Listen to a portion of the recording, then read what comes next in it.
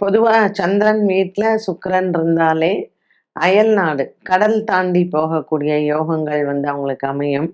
So சந்திரன், ராகு இருந்தாலும் யோகம் நல்லாருக்கும். 10ஆம் இடத்துல சுக்கிரன், சந்திரன், ராகு இருந்தாலும் கண்டிப்பா அவங்க வந்து யுஎஸ் போவாங்களா? யுகே போவாங்களான்லாம் கேட்பாங்க வரவங்க. நான் நெனச்சுப்பேன், ஏதோ ஒரு கண்ட்ரி அவங்க இந்தியாவ விட்டுட்டு வேற எங்கேயோ போய் வேலை செய்யணும்னு நெனச்சுன்னு இருக்காங்க. எந்த கண்ட்ரியா இருந்தா என்னன்னு இதுல ஸ்பெசிஃபிகேஷன் வேற கேட்டுப்பாங்க. யூரோப் போவாங்களா? யுஎஸ் போவாங்களா? கனடா போவாங்களா? ஆஸ்திரேலியா போவாங்களான்ட்டுன்னு. இந்த மாரி கிரக சேர்க்கைகள் வந்து அதை நிர்ணயம் பண்ணும்.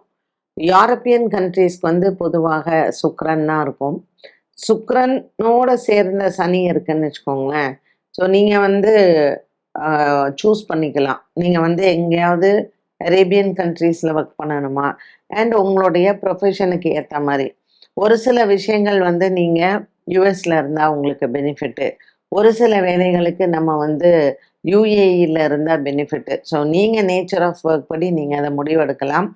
10ஆம் இடத்துல சுக்கிரனோட சேர்ந்த சனி, சுக்கிரனோட சேர்ந்த சந்திரன், சுக்கிரனோட சேர்ந்த புதன், சுக்கிரனோட சேர்ந்த கேது, இது எல்லாமே அயல்நாட்டு வேலைகள்.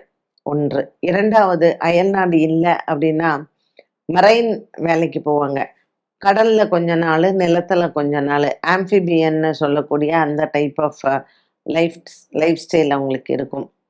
2வது வந்து பார்த்தீங்கன்னா, இந்த சுக்கிரனோட சேர்ந்த புதன், ராகு இதெல்லாம் இருந்ததுன்னா, விமானப் பணியில வந்து அவங்க இருப்பாங்க. ஸோ நீங்க கண்டிப்பா ஏர் ஹோஸ்டஸா தான் இருக்கணுங்கிற அவசியம் கிடையாது. கிரவுண்ட் ஸ்டேஷன்ல கூட நீங்க ஒர்க் பண்ணலாம். ஏரோஸ்பேஸ்ல இருப்பாங்க, சயின்டிஸ்ட்டா இருப்பாங்க, நாசால இருப்பாங்க. ஸோ இந்த மாதிரி வானத்துல சம்மந்தப்பட்டது அவங்க வந்து ஆஸ்ட்ரோபிசிக்ஸ் எடுத்திருப்பாங்க. அஸ்ட்ரானமர்ஸா இருப்பாங்க.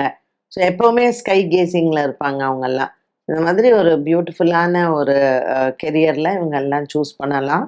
அண்ட் இந்த துலா லக்னம் 10ல சுக்கிரன் இருக்கிறவங்க எல்லாம், அவங்க செய்யக்கூடிய வேலைய ரொம்ப விரும்பி செய்வாங்க.